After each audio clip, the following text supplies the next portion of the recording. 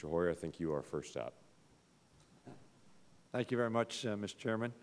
And let me say how pleased I am that my dear friend and colleague from Maryland and ranking member, Mr. Van Hollen, is also here, and I thank him for that, and thank you, Mr. Lankford. Our budget, as all of us know, reflect our values and the direction we want for this country in the year ahead and for several years beyond. With our economic recovery gathering momentum, we ought to ensure that our budget for fiscal year 2013 strengthens the recovery and helps American businesses create jobs and grow our middle class. Last week, I spoke about why we need a comprehensive deficit reduction agreement, citing its potential to stimulate our economy. Setting our economy back on a sustainable, predictable fiscal path, I said, will help us create jobs by restoring certainty for businesses and enabling them to plan for a future without the brinksmanship that has characterized this Congress. Without certainty, businesses can only focus on the short term, which leads to missed opportunities for growth and fewer investments that have wider economic benefits. Today, Mr. Chairman and Ranking Member and Mr. Honda, I want to discuss steps we ought to be taking in our budget that parallel this necessary deficit reduction effort to ensure sustained economic growth in the future. The President's budget proposal emphasized the need to invest in manufacturing as a way to strengthen our long-term competitiveness. He spent a significant time on that.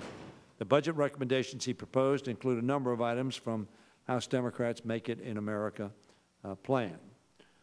I believe that, and many other members believe, those provisions ought to be contained in the House budget. Make It in America includes comprehensive business tax reform as a means towards bringing investment and jobs back to the United States. Today, America's tax code is complicated and inefficient, as we all know. Too often, businesses make decisions based on the best tax outcome and not the best economic or business outcome. By lowering rates and reducing preferences, the President's budget proposal promotes reform that simplifies the tax code, brings jobs back, and encourages domestic manufacturing and innovation. I believe these proposals are positive steps towards a greater competitiveness for our manufacturers. Innovation is central to Make It in America, and our budget ought to include investments in maintaining our edge in research and development, particularly in advanced manufacturing. Among the priorities I wish to see is an increase in the budget for federal agencies that conduct research and work to support scientific investigation at our nation's colleges and universities, including the National Science Foundation, the Advanced Research Projects Agency for Energy, or ARPA-E. The President's proposal would fund manufacturing R&D programs at $2.2 billion, a level I support. Other provisions that ought to make it into the House budget include the creation of a national network for manufacturing innovation, as well as investments in the development of advanced vehicle technologies that will contribute to energy independence. Make It in America is also about enhancing public education and workforce investment. I strongly support budget provisions that will strengthen our community colleges and help them establish programs with local manufacturers so our students can learn critical skills needed by employers and transition into quality jobs.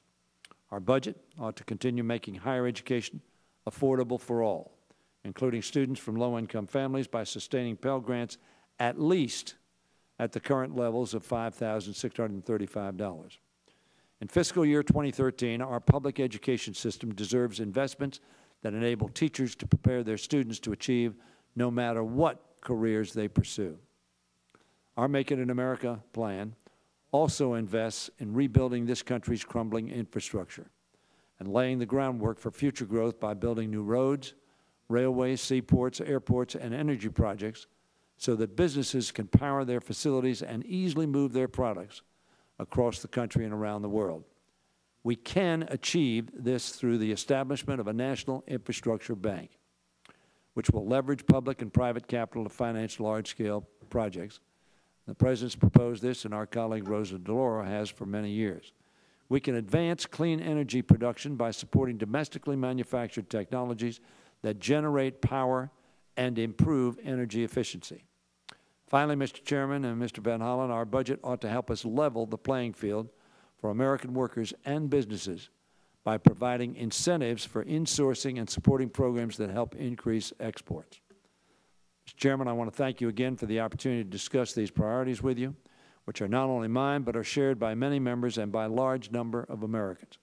Our budget ought to be a vehicle for achieving the goal of getting our economy back on track. Make It in America can help us not only jumpstart our economy, but also restore faith in the American dream our economy has long made possible. And I thank you for this opportunity to appear before you. Thank you, Mr.